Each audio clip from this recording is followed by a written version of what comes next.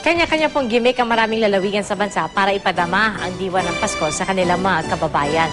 At pinanayan po nila na hindi po kailangan ng malaking budget para gayakang pamasko ang kanilang lugar. Balita natin ni Tina Panganiban Perez. Sa paaralang ito sa Tayug, Pangasinan, bawal bumili ng mga dekorasyong pampasko ang mga estudyante. Kaya para mapalamutian ang kanilang mga classroom, nag-recycle sila at gumawa ng sariling parol. Ang isang ito, nilagyan pa ng ilaw sa loob. Siyempre, original.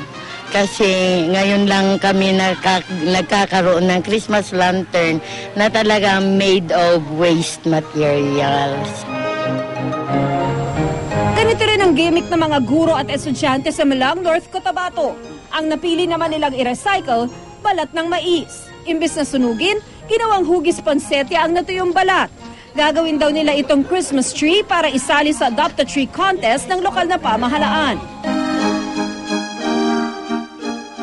Tinalak, batik at amakan naman ang ginamit na palamuti sa tatlong naglalakihang Christmas tree na ito sa Davao City.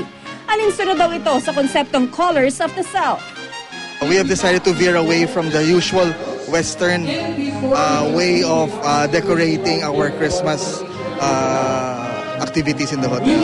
Instead, we wanted to pay homage to Mindanao. And what is Mindanao all about?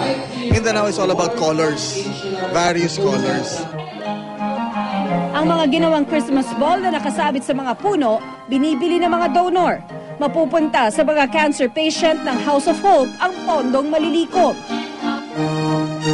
Buhay na buhay rin ang Christmas spirit sa dami ng mga ilaw na nakapalibot sa Kapitolyo ng South Cotabato. May mga nakahilerang Christmas tree sa daan. Pero ang pinakaagaw pansin sa lahat, ang higanteng belen at parol sa harap ng gusali. Marami raw ang namamasyal dito, lalo na tuwing gabi. Nakakapawi raw kasi ng pagod ang maningning na kapaligiran, lalo na ngayong panahon ng Kapaskuhan. Tina Panganiban Perez, GMA News.